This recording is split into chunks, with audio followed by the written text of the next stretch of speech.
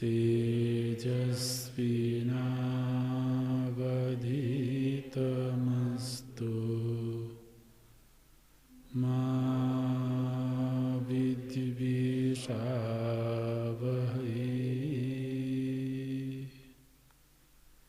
ॐ शान्तिः शान्तिः शान्तिः।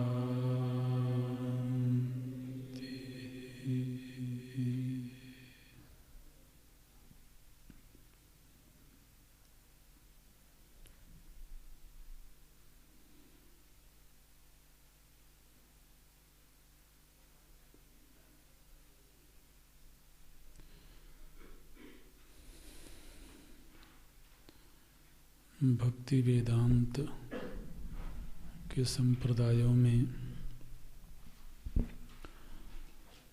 अब तक हम लोगों ने विशिष्टाद्वैत और द्वैताद्वैत दर्शन का बहुत संक्षेप में परिचय देखा है। इसके बाद में द्वैत संप्रदाय, माध्व संप्रदाय भी बोलते हैं इसको। वो द्वैत संप्रदाय के जो प्रवर्तक आचार्य हुए श्री मध्वाचार्य जी, उनका नाम था पूर्व का श्री आनंद तीर्थ, लेकिन श्री मध्वाचार्य जी के नाम से प्रसिद्धि हुई। बहुत बड़े उपासक संत थे, सिद्ध संत थे। ऐसा कहते हैं कि वो समुद्र के तट पर तो साधन भजन कर रहे थे और उनको भगवान की प्रतिमा उनके सन्मुख प्रकट हो गई। तो प्रकट हुई प्रतिमा उनको प्राप्त हुई, बहुत आनंदित हुए। उनको लगा कि भगवान स्वयं ही प्रकट हुए हैं और फिर उसी प्रतिमा की स्थापना उन्होंने करवाई। उडुपी स्थान है कर्नाटक में, जहाँ पर उनका मुख्य स्थान है। वहाँ पर तो मठ है और फिर लगभग 8 मठ बने।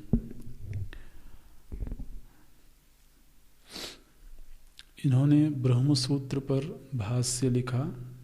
उस भाष्य का नाम है पूर्ण प्रज्ञ भाष्य। पूर्ण प्रज्ञ भाष्य। इनके संप्रदाय में जो ग्रंथ प्रसिद्ध हैं उनमें मध्व सिद्धांत सार, पदार्थ संग्रह, अनुव्याख्यान आदि कुछ ग्रंथ प्रचलित हैं, जिनमें इनके सिद्धांतों का लेखन है। इस संप्रदाय के जो वैचारिक संपदा है वो उन ग्रंथों में संग्रहित है।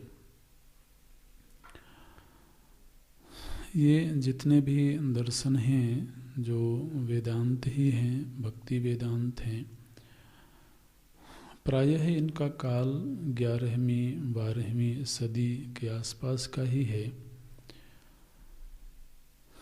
ऐसा लगता है कि हालांकि इसमें कोई ऐतिहासिक साक्ष्य नहीं है, लेकिन ऐसा लगता है कि संभव है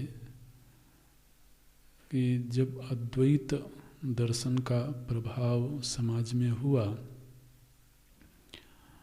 तो उसके पूर्व तो बौद्ध धर्म का प्रभाव था, जैन धर्म का प्रभाव था। वैदिक धर्म भी था, लेकिन वो लुप्त प्राय हो गया था। भगवान शंकराचार्य जी के प्रादुर्भाव के बाद तो पुनः वैदिक धर्म की स्थापना हुई, और उसमें भी मुख्य रूप से अद्वैत वेदांत का प्रचार प्रसार हुआ, विस्तार हुआ। संभव है कि इस अद्वैत सिद्धांत के प्रचारित होने से उपासना थोड़ी शिथिल हो गई हो। समाज में उपासना भक्ति तो उसका थोड़ा सा शैथिल्य हो गया हो, ऐसा संभव है। क्योंकि बाद के जितने आचार्य हुए, इन्होंने उपासना पर बहुत बल दिया, और जो दार्शनिक पक्ष है उसमें अद्वैत मत का पुरजोर खंडन किया। तो हालांकि अपने अपने दर्शन का नाम कहीं न कहीं अद्वैत से जोड़ करके रखा गया, तो जैसे द्वैताद्वैत, विशिष्टाद्वैत, शुद्धाद्वैत, इस तरह से। क्योंकि अगर कोई शब्द वेद का है, उपनिषद का है, तो उसका त्याग तो नहीं हो सकता है, लेकिन साथ ही साथ जो अद्वैत है उसका खंडन करना है। जीव और ईश्वर की तात्विक एकता स्वीकार कर लेने से हो सकता है कि उपासना में शिथिलता मालूम पड़े। हालांकि जिन्होंने गुरु परंपरा से अध्ययन किया होगा उनके जीवन में ऐसा नहीं होगा, लेकिन अब समाज में सभी लोग परंपरा का अनुसरण नहीं करते हैं, परंपरा से ज्ञानार्जन नहीं होता है, तो एक संभावना दिखती है कि उपासना फिर थोड़ी शिथिल हो गई हो। तो ये जो आचार्य हुए लगभग थोड़ा सा कालांतर है, लेकिन समकाल में ही हुए हैं। इन आचार्यों ने उपासना पर बहुत बल दिया, और इन सभी आचार्यों ने, चूँकि भगवान शंकराचार्य जी के द्वारा ब्रह्मसूत्र पर भाष्य लिखा गया था और बहुत प्रसिद्ध भाष्य रहा उनका, तभी यदि कहीं कोई वैचारिक खंडन करना है तो उसमें पहले ज़रूरी है कि उस मूल ग्रंथ पर हम भी अपने विचार प्रस्तुत करें। जिस मूल ग्रंथ के आधार पर किसी सिद्धांत की पुष्टि हो रही है, तो जैसे अद्वैत सिद्धांत की पुष्टि ब्रह्मसूत्र के आधार पर भगवान भाष्यकार करते हैं, तो पहले हम उस ग्रंथ पर भाष्य लिखें और उनसे भिन्न विचार प्रस्तुत करें, तभी वैचारिक विषमता सिद्ध होगी। तो इन आचार्यों ने ब्रह्मसूत्र पर भाष्य लिखे और अद्वैत मत का जितना खंडन हो सकता था वो किया गया। तो मध्व संप्रदाय में भी अद्वैत मत का बहुत जबरदस्त खंडन किया गया, और उन्होंने कहा कि भाई ये विशिष्ट अद्वैत और द्वैताद्वैत ये घालमेल करने की ज़रूरत नहीं है। बात ऐसी है कि ईश्वर भिन्न है और जीव भिन्न है, ये दोनों पृथक सत्ताएं हैं, पारमार्थिक रूप से पृथक हैं, इसको स्वीकार कर लो, इसमें कोई आपत्ति नहीं है। श्री मध्वाचार्य जी ने जीव और ईश्वर दोनों को पारमार्थिक रूप से पृथक सत्ता के रूप में स्वीकार किया।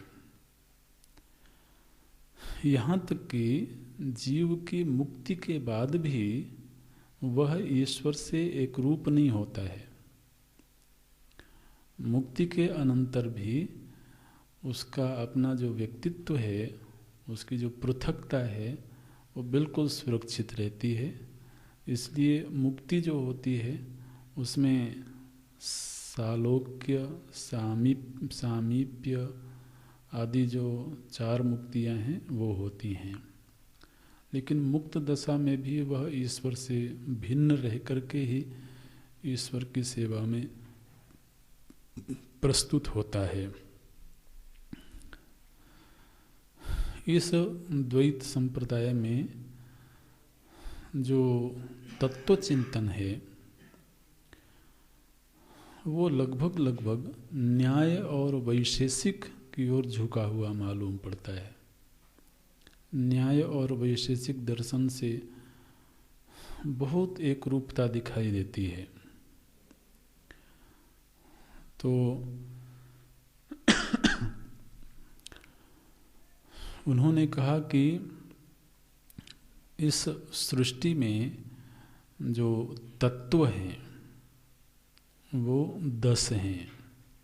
सृष्टि के मूल में 10 तत्व हैं। जिस तरीके से तो न्याय दर्शन ने 9 द्रव्यों को स्वीकार किया है, इसी तरीके से इन्होंने कहा कि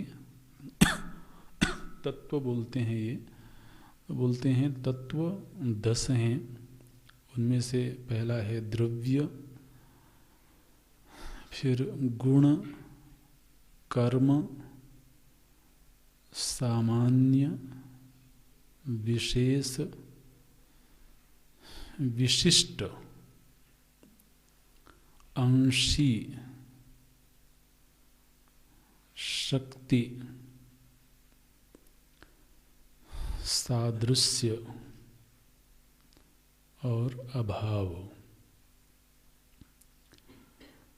तो ये 10 तत्व हैं। इन 10 तत्वों में से जो पहला तत्व है द्रव्य, तो वो द्रव्यों की संख्या 20 है।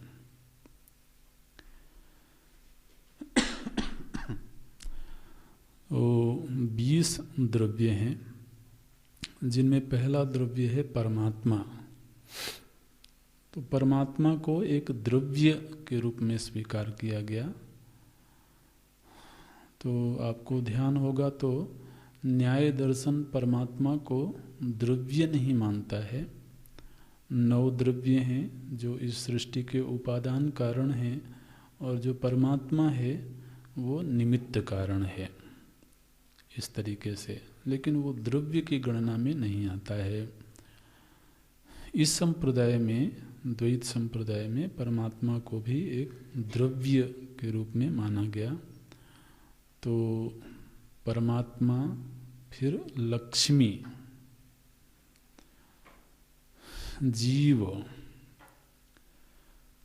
ये द्रव्य हैं। अव्याकृत, आकाश, प्रकृति,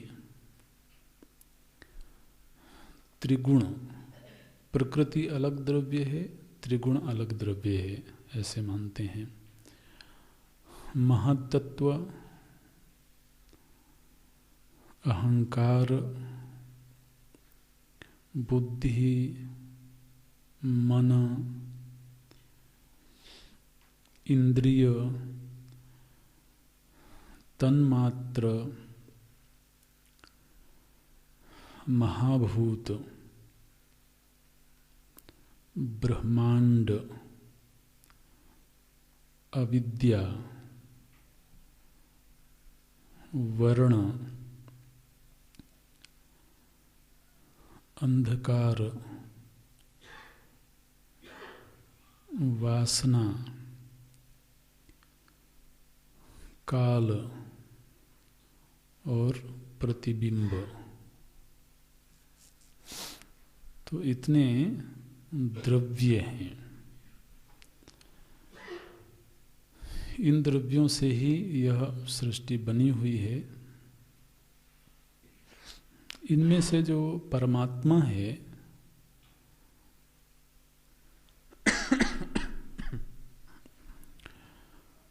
वो परिणामी नहीं है।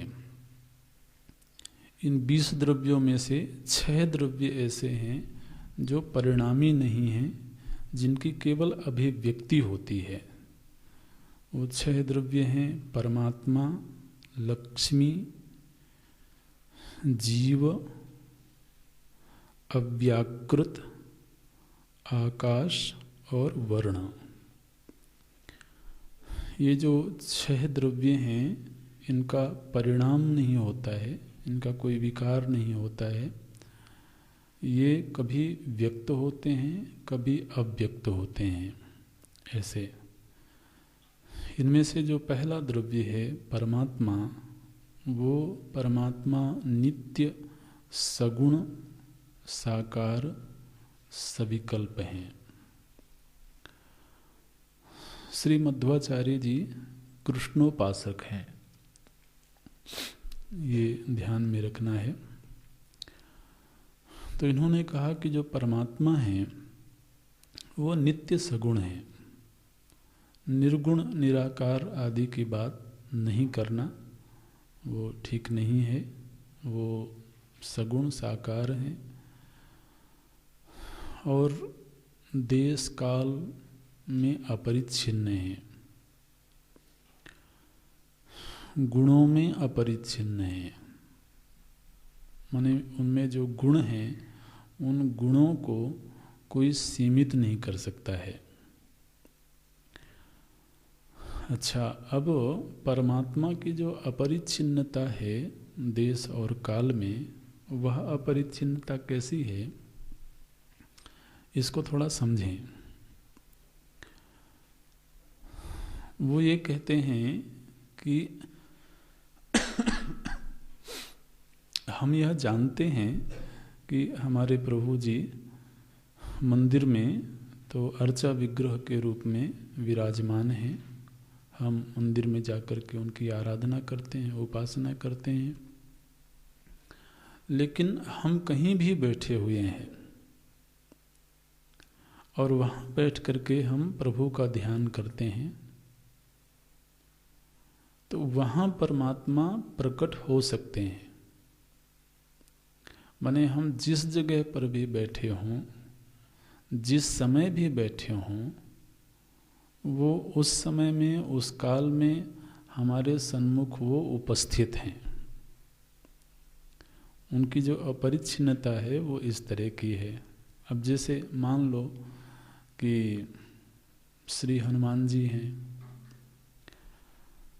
तो अब ये बात सही है कि उनका अपना एक रूप है, एक आकार है, लाल देह हैं, अरुधरी लाल लंगूर वज्र देह है। तो ऐसा उनका विग्रह है, लेकिन फिर वो हर जगह उपस्थित हैं। जहाँ भी हम ध्यान करेंगे वहाँ वो प्रकट हो जाएंगे। ठीक है ना? तो यत्र यत्र रघुनाथ कीर्तनम तत्र तत्र कृतमस्तकांजलिम वाष्पवारी परिपूर्ण लोचनम। ऐसे जहाँ कहीं भी श्री रघुनाथ जी की कथा होती है, वहाँ वो बिल्कुल बड़े भावुक होकर के भगवत कथा का श्रवण करते हैं। और जब भगवान अपने धाम को गए यहाँ से लीला संवरण करके, तो श्री हनुमान जी को नहीं ले गए। तो पूछा गया कि क्यों नहीं ले गए। तो बात ये हुई कि उन्होंने कहा कि जब तक इस धरती में आपकी कथा प्रचलित रहेगी, तब तक मैं इस धरती में रहूँगा। तो भगवत कथा में उनको बड़ा आनंद आता है। तो अब वो विग्रहवान हैं, उनकी अपनी एक देह है, लेकिन उनमें ये सामर्थ्य है कि वो कहीं भी प्रकट हो जाएं। ठीक है ना? तो अब कहीं भी प्रकट हो जाना, ये तो फिर देश में बंधे नहीं रहे, किसी भी जगह वो उपस्थित हो जाएं। काल में बंधे नहीं रहे, किसी भी काल में प्रकट हो जाएं। तो इस दृष्टि से परमात्मा अपरिच्छिन्न है। सगुण साकार होकर के भी वो हर देश में, हर काल में बिल्कुल हाजिर हैं। तो हम जब भी उनके निमित्त कोई कार्य करते हैं, कोई कर्म करते हैं, उनको अर्पित करते हैं। अब आप देखिए, हमारे सामने भोजन प्रसाद की थाली आती है तो हम भोग लगाते हैं। तो ये मान करके ही भोग लगाते हैं ना कि प्रभु जी वहाँ उपस्थित हैं और वो उसको ग्रहण कर रहे हैं। ऐसे तो इस रूप में किसी भी काल में उनका परिच्छेद नहीं हो सकता है, किसी भी देश में उनका परिच्छेद नहीं हो सकता है। तो आप देखिए, देश विदेश में जहाँ कहीं भी भगवान के मंदिर बनते हैं, अब तो महाराज हमारे सनातन धर्मावलंबी तो दुनिया के कोने कोने में जाकर के मंदिर स्थापित करते हैं। तो लंदन में जो सबसे बड़ा मंदिर है वो स्वामीनारायण मंदिर है। तो ऐसे तो अब जहाँ कहीं भी मंदिर स्थापित किए गए, वहाँ पर भगवान की मूर्ति स्थापित की गई, तो अर्चा विग्रह के रूप में अवतार हुआ ना। तो अब वहाँ उपस्थित हैं, इसलिए वो अवतरित हुए। तो अब उनको देश काल की सीमा में नहीं बांधा जा सकता है।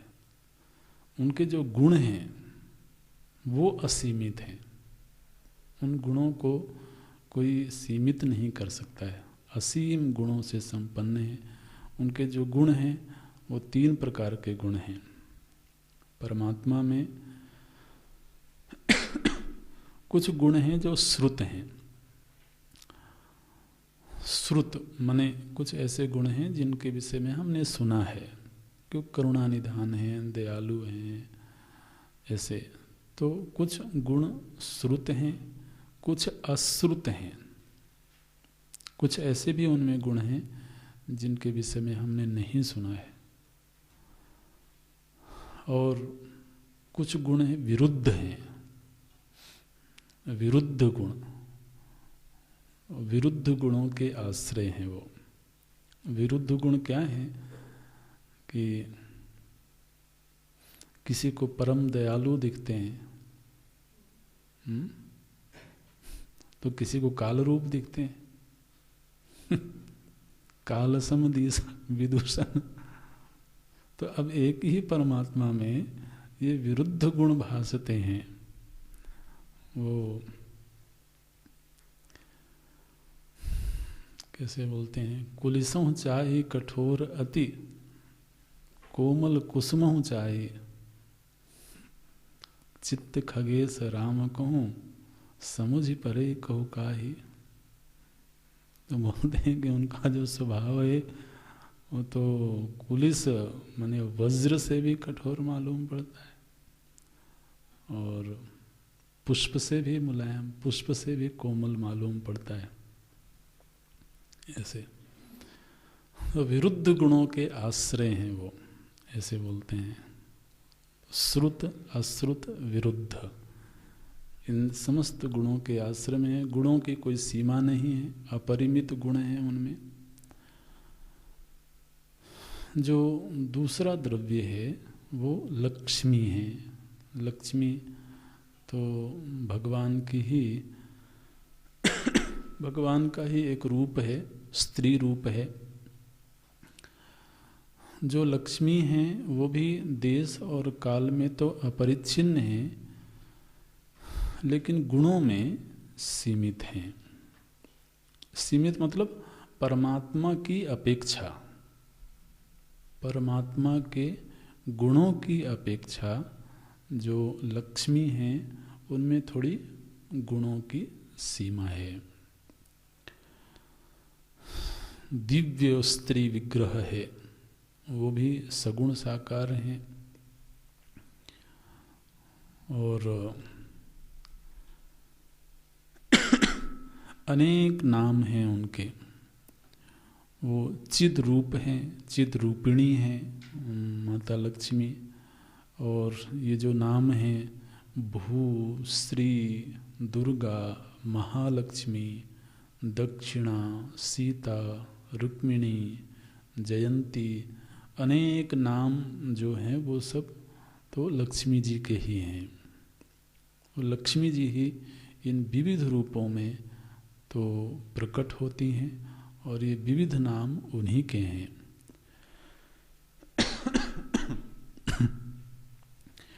ऐसे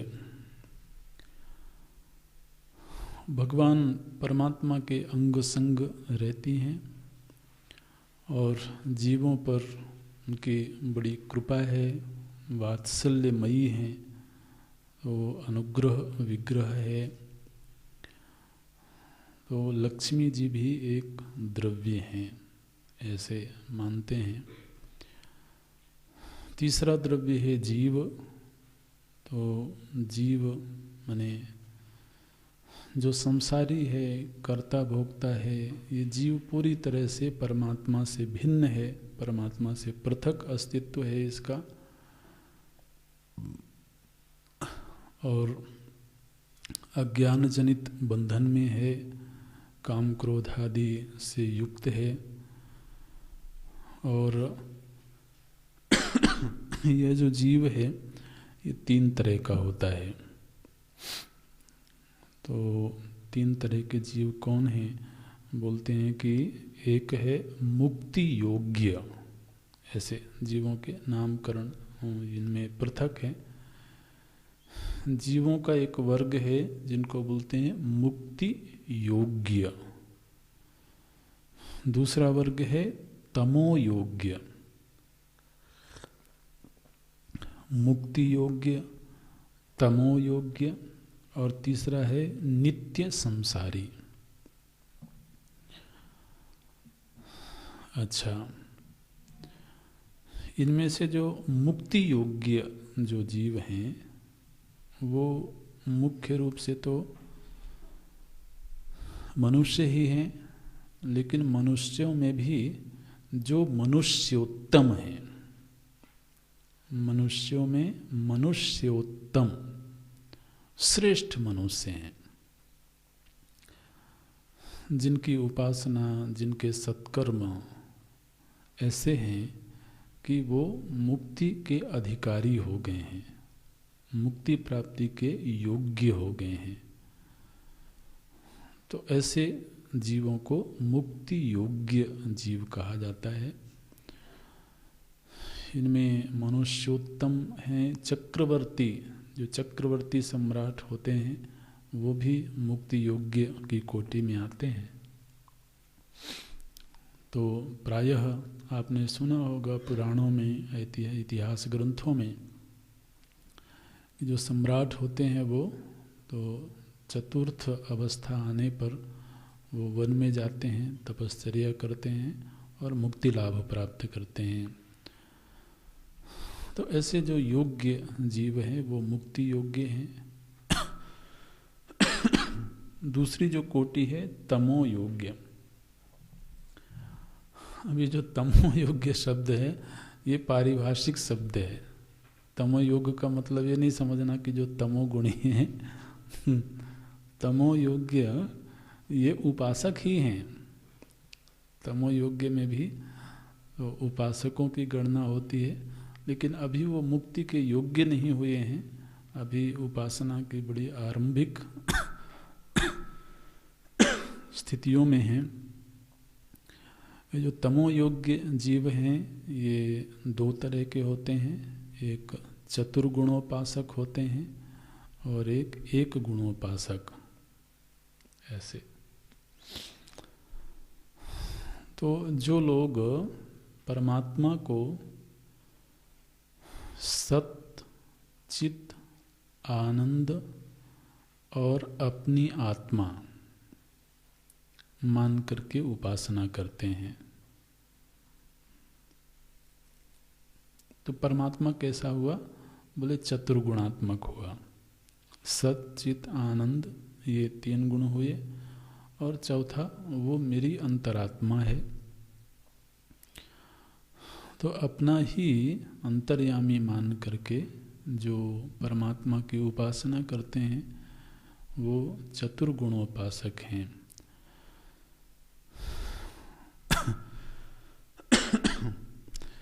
तो और एक हैं एक गुणोपासक। तो दोनों ही कोटि के जो जीव हैं ये तमो योग्य, ये इनकी अपनी एक पारिभाषिक शब्द है, तो उसमें गिने जाते हैं। तीसरी जो कोटि है जीवों की, जो अभी उपासना के पथ पर आए ही नहीं है,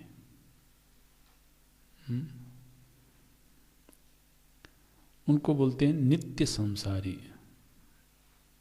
ये नित्य संसारी माने कर्म करते हैं, कर्म वासना बनती है, कर्म का संचय होता है, भोग होता है, जन्म होता है, मरण होता है। तो इस तरीके से जो नित्य ही संसरण में पड़े हुए हैं, कर्म के बंधन से बाहर निकलने में असमर्थ हैं और निकलने के लिए प्रयत्नशील भी नहीं हैं। अब देखिए 3 विभाग हो गए। पहला विभाग ये है कि जो मुक्ति के योग्य हो गए। दूसरा ये कि जो अभी प्रयत्नशील हैं, तो अब वो पूरी तरह से संसारी भी नहीं रहे, कम से कम उन्होंने अध्यात्म का पथ अपना लिया। तो अब वो प्रयत्नशील हैं। कालांतर में कोई समय आएगा जब वो मुक्ति के योग्य हो जाएंगे। और तीसरा जो वर्ग है, जो अभी अध्यात्म के मार्ग पर आए ही नहीं है। तो ये 3 विभाग समाज में हम देख सकते हैं बिल्कुल स्पष्ट तौर पर। तो अब अगर आप संख्या देखें तो अधिकतम संख्या तो तीसरी कोटि ही है, नित्य संसारी। फिर उनमें से तो कोई हैं जो यत्न करते हैं माने कम से कम उनको ये बात समझ में आ गई है कि संसरण ही जीवन का उद्देश्य नहीं है, संसरण से बाहर निकलना जरूरी है, तो उसके लिए वो प्रयत्न शुरू कर देते हैं। और कुछ ऐसे हैं जो पूर्व जन्म से ही प्रयत्न कर रहे होंगे, तो अब उनका वह जो प्रयत्न है वो इस जीवन में लगभग सफलता की ओर तो बढ़ गया, तो अब वो मुक्ति के योग्य हो गए। ऐसे तो 3 प्रकार के जीव होते हैं, ये बोलते हैं। जो मुक्त हो जाते हैं वो परमात्मा के लोक में जाते हैं, और परमात्मा के लोक में भी वो परमात्मा से पृथक रह करके उनकी सेवा में वो रहते हैं। उनका जो भोक्तापना है वो नित्य है। माने जो आनंद का साधन बनेगा वो भोग ही बनेगा, ये बिल्कुल पक्का है, मुक्त दशा में भी। तो इसलिए उनको परमात्मा के अनुग्रह से दिव्य भोगों की प्राप्ति होती है। भोग ही आनंद का हेतु है, तो भोक्तृत्व एक तरह से नित्य है, भोक्तृत्व मिटा नहीं। तो भोग के लिए भोग सामग्री चाहिए। तो जब तक वो 14 भुवनों में थे तब तक अलग अलग भुवन में भोगों की प्रकृति अलग है, लेकिन जब वो परमात्मा के लोक को चले गए तो वहाँ अब उनको दिव्य भोग प्राप्त हो रहे हैं। वो प्राप्त होते हैं भगवान के अनुग्रह से ऐसे, लेकिन भोक्तृत्व उनका बना ही रहता है, वो नहीं मिटता है, ये बोलते हैं। अच्छा, मुक्त दशा में भी जो आनंद की प्राप्ति होती है वो सभी को एक जैसा आनंद नहीं मिलता है। तो ऐसा लगता है कि वहाँ भी कॉलोनीज बनी हुई हैं, तो उसमें अलग अलग कैटेगरीज के स्वीट्स बने होंगे या जो भी हो। तो उस दशा में भी जो भोग है तो वो सभी को पृथक पृथक रूप से मिला हुआ है। तो लेकिन ये जरूर है कि वहाँ दुखा भाव है। हालांकि इस बात को समझना बहुत मुश्किल है कि अगर आनंद में वैविध्य है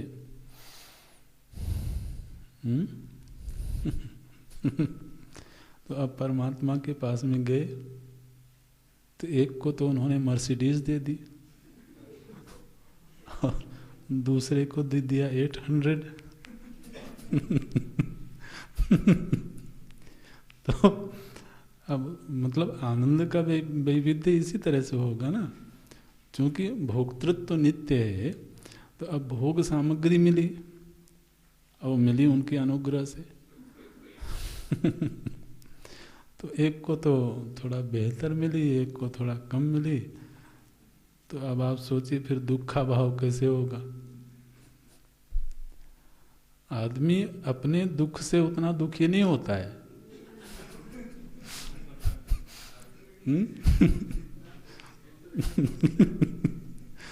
जितना सामने वाले के सुख से दुखी होता है। बताओ। तो अब एक तरफ ये कहा जाए कि आनंद में वैविध्य है और दूसरी तरफ दुख का अभाव है, जरा मुश्किल है समझना। लेकिन ऐसा उस दर्शन में कहा गया। जिस दर्शन में जो सिद्धांत प्रस्तुत हुआ है वो हमको जानना चाहिए। हम उससे कितना सहमत होते हैं वो अलग बात है। ऐसे अच्छा, तो ये द्रव्य परमात्मा, लक्ष्मी, जीव। अब व्याकृत ये भी एक द्रव्य है। आकाश एक द्रव्य है जो लिखाया गया है पहले ही। फिर प्रकृति गुणत्रय, प्रकृति को एक स्वतंत्र द्रव्य मानते हैं और जो त्रिगुण हैं वो स्वतंत्र द्रव्य है ऐसा मानते हैं वो। 5 प्रकार के भेद होते हैं। एक बात यहाँ कही गई इस दर्शन में, बोले 5 प्रकार के भेद होते हैं और जो इन भेदों को जानता है वो ज्ञानी है, ऐसे बोलते हैं। तो 5 प्रकार के भेद क्या हैं? बोले पारमार्थिक रूप से एक जीव का दूसरे जीव से भेद है। एक तो ये भेद है। फिर जीव का ईश्वर से भेद है। जीव और ईश्वर दोनों पृथक सत्ता हैं। और जीव का जड़ से भेद है। ये भेद भी पारमार्थिक है। तो जीव का जीव से भेद, जीव का ईश्वर से भेद, जीव का जड़ से भेद। अच्छा, फिर जड़ का ईश्वर से भेद और जड़ का जड़ से भेद। तो जड़ में भी विविधता है, अनेक तरह के जड़ पदार्थ हैं और वो एक दूसरे से भिन्न हैं। तो 5 प्रकार के भेद होते हैं जो तात्विक भेद हैं और जिनको इन भेदों का ज्ञान हो जाता है वो ज्ञानी कहलाते हैं। फिर वो जो द्रव्यों की गणना हुई है वो उनमें आगे जाकर के जैसे त्रिगुण हैं, तो त्रिगुणों में तो सात्विक, राजसिक और तामसिक 3 प्रकार के गुण होते हैं। जो अविद्या है, अविद्या भी एक द्रव्य है। अभी बड़ी विचित्र बात है, ये जो अविद्या है वैसे तो ये अनादि है। ये बोलते हैं कि अविद्या वैसे तो अनादि है लेकिन ये ब्रह्मा जी से प्रकट होती है। तो जिस तरह से ये सारी सृष्टि ही ब्रह्मा जी के द्वारा बनाई गई है, तो इसी तरीके से अविद्या भी उन्हीं के द्वारा निर्मित है, उनसे प्रकट हुई। और यह जो अविद्या है ये 5 प्रकार की होती है।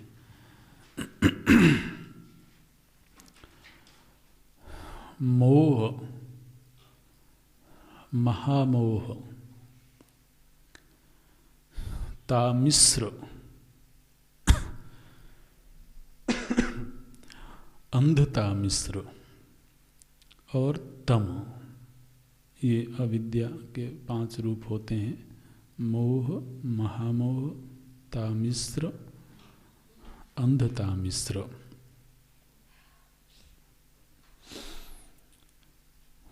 जो वर्ण है, द्रव्य में एक वर्ण भी गिना गया है ना, तो 21 वर्ण होते हैं।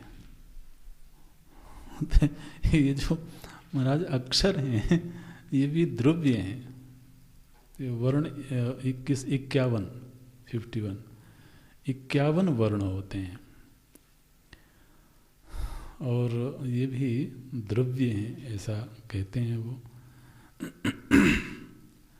अच्छा, भगवान का जो अवतार है,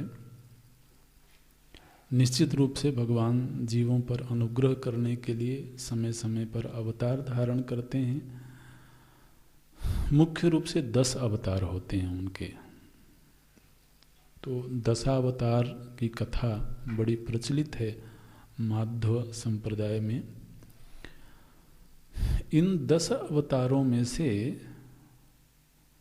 जो श्री कृष्ण हैं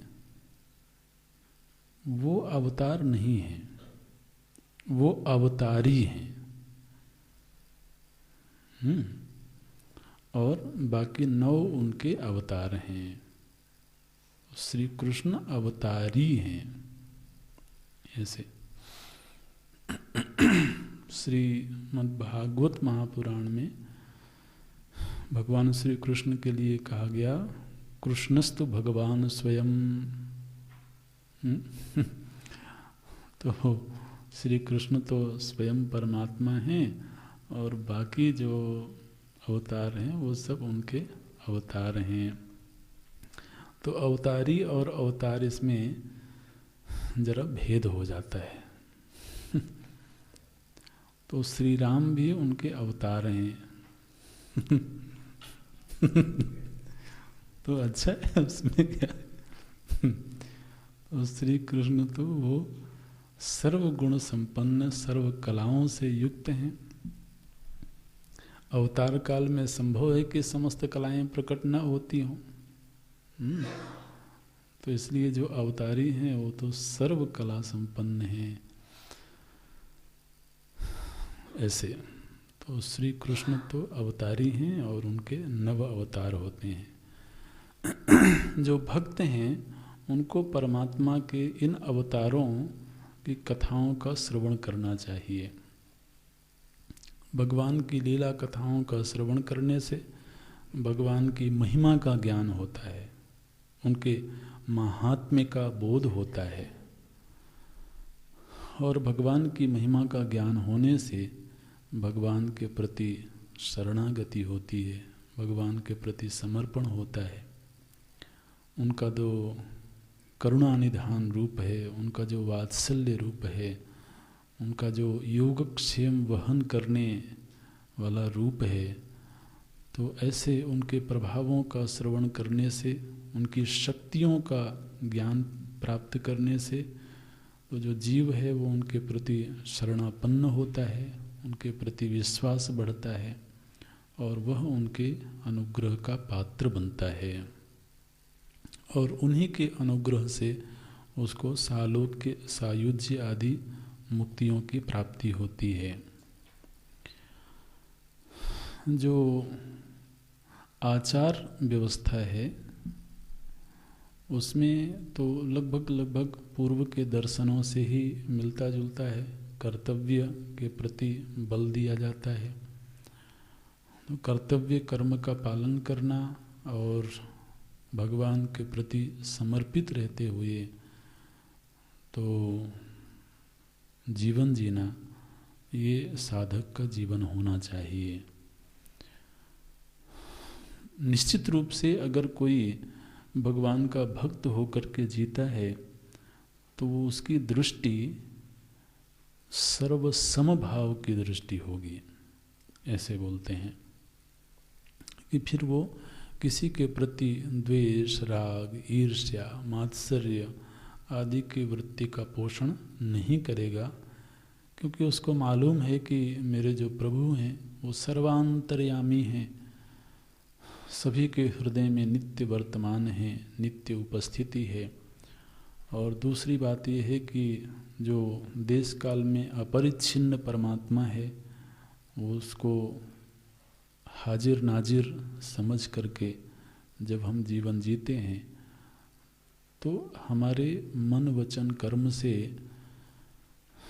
तो अविहित कार्य नहीं हो सकता है, क्योंकि प्रायः हम ऐसा अनुभव करते हैं कि हमारे द्वारा कोई अनिष्ट कार्य होता है, वो तभी होता है जब जीवन में भगवत विस्मृति होती है। अगर भगवत स्मृति हो तो निश्चित रूप से जीवन में सात्विकता रहेगी। वो नित्य वर्तमान है, सर्वत्र उपस्थिति हैं, तो अगर इस भाव का पोषण किया जाए तो फिर व्यक्ति हमेशा ही सावधान रहेगा। ऐसे तो व्यक्ति को अपनी जो पहचान है वो एक भक्त की पहचान बना लेनी चाहिए, और भक्त की पहचान बना करके हम जीते हैं तो किसके भक्त हैं? उसके भक्त हैं जो सर्वत्र विद्यमान है। ऐसे तो उससे उसकी जो शरणागति है वो पुष्ट होती है। महाराज माध्व संप्रदाय में जो आचार संबंधी व्यवस्था है वो तो कभी ऐसा लगता है कि विशिष्टाद्वैत और रामानंद संप्रदाय से भी बढ़ करके है, बिल्कुल। माने यदि मिट्टी से हाथ धुलना है तो मिट्टी से ही हाथ धुलना है, और साबुन का स्पर्श नहीं हो सकता। नहीं नहीं, बिल्कुल नहीं। साबुन तो बड़ी अपवित्र चीज है। वो साबुन से सर्फ से कपड़े धुलते हो, वो कपड़ा कभी पवित्र नहीं हो सकता। ऐसे अपवित्र वस्त्र पहन करके भगवान को भोग लगाओगे? नहीं नहीं। तो चाहे भले वॉशरूम में ही हाथ धुलना पड़े लेकिन मिट्टी से ही धुलेंगे। अब आपका नल जाम हो जाए तो हो जाए, वो आपकी आपकी जो पाइप वो आपकी समस्या है, लेकिन मिट्टी तो पवित्र वस्तु है, जल है, मिट्टी है, ये सब चीज़ें पवित्र वस्तु हैं। जो पवित्र हैं वही शरीर को पवित्र करेंगे। अब ये साबुन आदि सब केमिकल से और पता नहीं किस किस चीज़ से बनाए गए, किसने बनाया होगा। ऐसे तो ये आचार व्यवस्था बड़ी पक्की है। प्रायः जो उस संप्रदाय के संत हैं वो स्वपाकी होते हैं, तो ये भरोसा करना बड़ा मुश्किल है कि जो जिसने भोजन बनाया वो कितनी पवित्रता से बनाया, किस भाव से बनाया, तो ज़रा मुश्किल होता है। इसलिए वो अपने हाथ से बनाना ठीक है। तो उसमें वस्त्र की पवित्रता, स्थान की पवित्रता बड़ा ध्यान रखा जाता है। और पता नहीं कितनी बार तो स्नान करना है। बिल्कुल। तो जितनी बार वो स्नान करना है पक्का। ऐसे चाहे सर्दी हो, चाहे गर्मी हो, चाहे सिद्धवारी में हो, चाहे कहीं भी हो।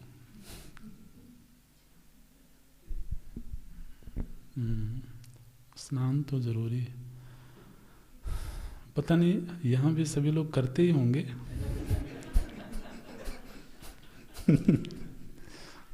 ऐसा हम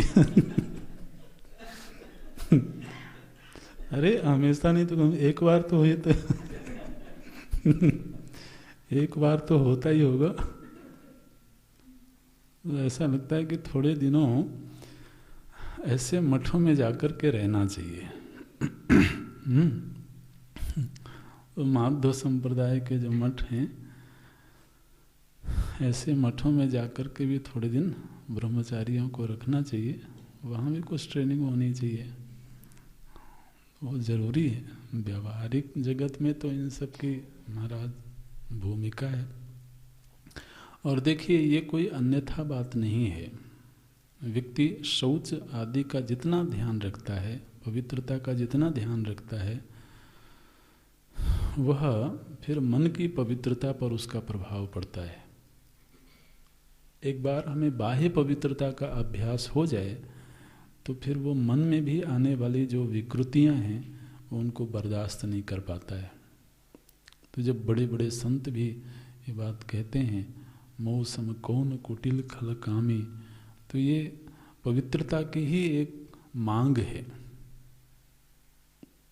मन में भी अगर कोई इस तरह का दोष आ गया है तो दोष बर्दाश्त नहीं होता है।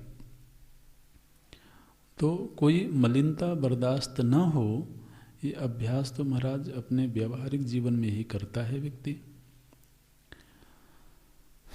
तो फिर कोई ऐसा भी दिन होगा कि जो अज्ञान रूपी मल है,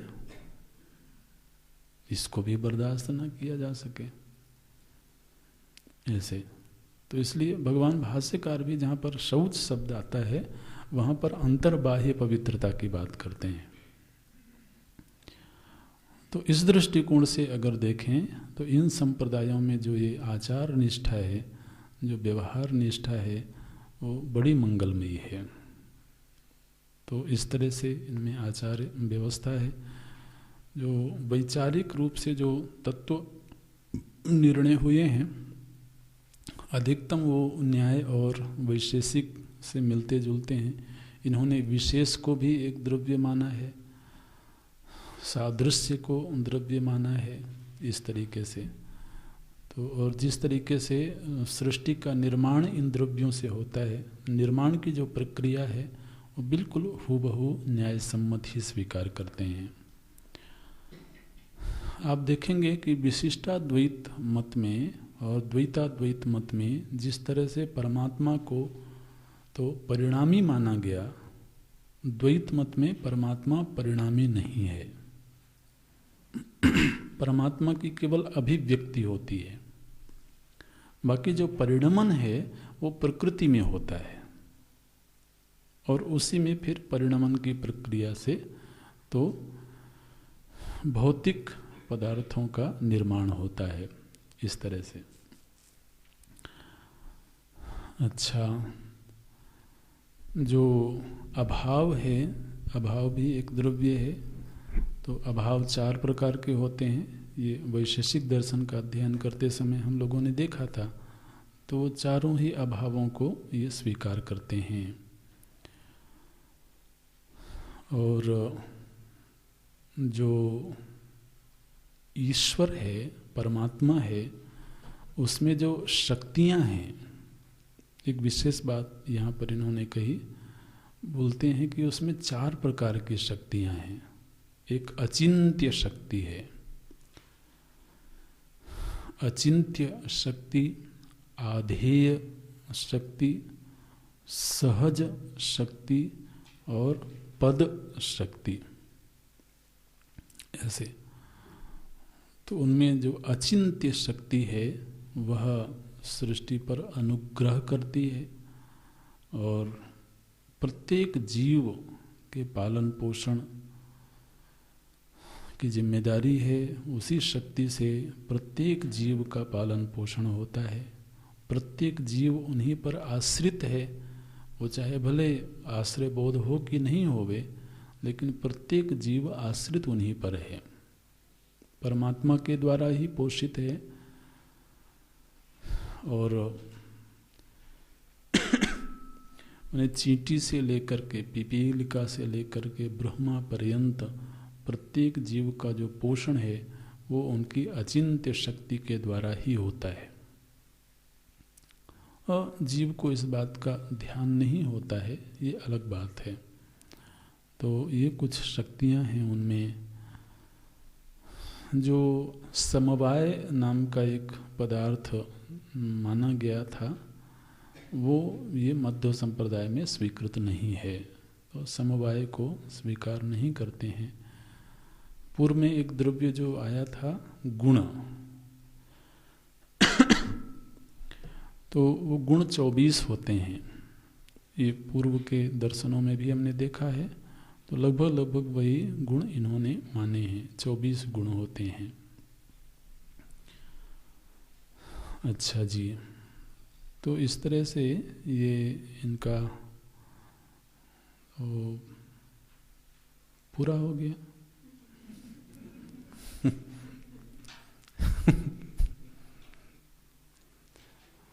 नहीं, ये केवल जो दर्शन है, इन दर्शनों की एक संक्षिप्त रूपरेखा इसलिए दी जा रही है कि फिर आपकी रुचि बढ़ेगी तो आप थोड़ा पढ़ेंगे स्वतंत्र रूप से। लेकिन इनके ग्रंथ बड़े बड़े हैं और विस्तृत मीमांसा है। पूर्व में ही हमने ये बात कही थी कि किसी दर्शन ने किसी की नकल नहीं करी है। अब जैसे इस दर्शन में न्याय दर्शन से वैचारिक साम्य दिखाई देता है, तत्व चिंतन में जो निर्णय है वो एक जैसे ही दिखते हैं। इसका मतलब ये नहीं है कि श्री मध्वाचार्य जी ने तो न्याय दर्शन से विचारों की नकल कर ली। उन्होंने स्वतंत्र रूप से विचार किया और विचार करने पर उनको भी वही निर्णय समझ में आए जो न्याय दर्शन के निर्णय है, तो उन्होंने स्वीकार किया इस तरह से। लेकिन उनकी अपनी एक स्वतंत्र विचारधारा है, उनकी स्वतंत्र शब्दावली है। वो विषय चाहे भले वही होगा, लेकिन उनके अपने शब्द हैं।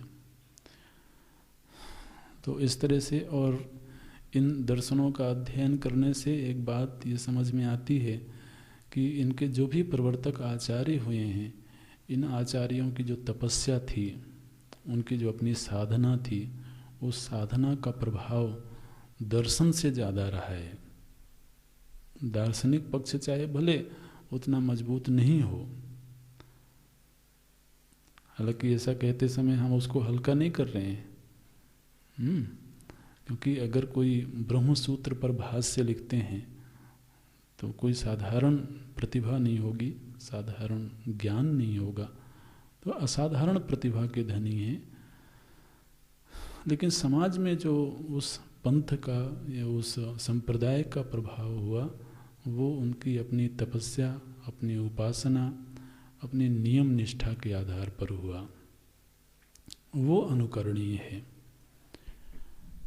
तो यहाँ पर इस माध्व संप्रदाय के विचार को पूरा करते हैं। अगला जो विचार का विषय होगा वो शुद्धाद्वैत संप्रदाय, श्री वल्लभाचार्य जी द्वारा प्रवर्तित जो दर्शन है, उसका भी बहुत प्रभाव है समाज में। अगली कक्षा में देखेंगे। ओम पूर्णमदः पूर्णमिदं पूर्णात् पूर्णमुदच्यते पूर्णस्य पूर्णमेवावशिष्यते। ओम शांति शांति शांति। हरि ओम।